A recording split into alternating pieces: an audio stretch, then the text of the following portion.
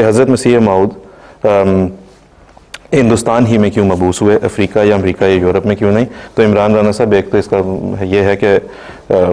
اگر افریقہ یا امریکہ میں مبعوث ہوتے تو یہ بات اس سے سوال اٹھ سکتا تھا کہ ہندوستان میں کیوں نہیں ہوئے، لیکن کیوں نہیں ہوئے جی بالکل، لیکن یہ کہ مبارک تنویر صاحب اس کا جواب دے سکیں۔ بسم اللہ الرحمن الرحیم۔ آصف صاحب اس میں بنیادی بات جو مد نظر رکھنی چاہیے وہ یہی ہے کہ رسول کریم صلی اللہ علیہ وآلہ وسلم نے جب آخری زمانے میں امام مہدی اور مسیح موعود علیہ السلام کے آنے کا ذکر کیا، جو بخاری کتاب تفسیر میں اس طرح درج ہے کہ جب یہ آیات نازل ہوئیں وآخرین منہم لما یلحقوا بہم، تو صحابہ نے سوال کیا کہ یا رسول اللہ یہ کون ہیں؟ اس پہ آپ نے توقف فرما کے تو پھر صحابہ وہاں سلمان فارسی کی اکثریت عربوں کی تھی، تو ان کے کندھے پہ ہاتھ رکھا کہ وہ فرد، وہ عظیم الشان شخصیت ان کے جو ہے وہ قوم سے ہوگی، ان میں سے ہوگی۔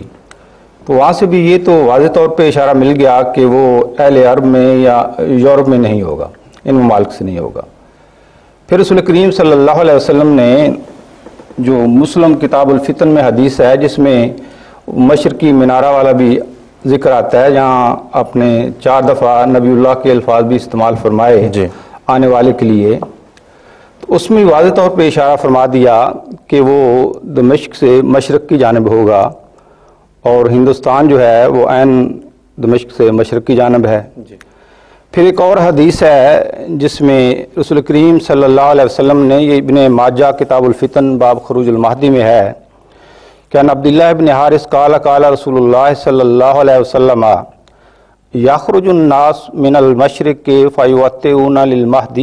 یعنی سلطانہ، کہ مہدی کی جو مشن ہوگا اس کو تقویت دینے کے لیے، اس کا ساتھ دینے کے لیے جو لوگ آغاز میں نکلیں گے وہ بھی مشرق میں سے ہوں گے۔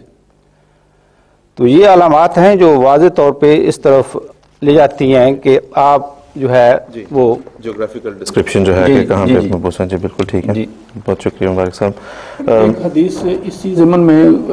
بڑی مشہور ہے، اصابۃ تغزو الہند وہی تکون مع المہدی، ایک جماعت ہوگی جو ہندوستان میں حضرت امام مہدی علیہ السلام کے ساتھ مل کر جہاد کرے گی، یعنی اسلام کو پھیلانے کے لیے خدمت کرے گی، تو اس میں بھی ہند کا ذکر ہے۔ تو نبی کریم صلی اللہ علیہ وسلم نے جب ہند فرمایا تو اور کسی جگہ سے کیسے آ سکتا تھا؟ جی بالکل ٹھیک ہے جلال صاحب، شکریہ۔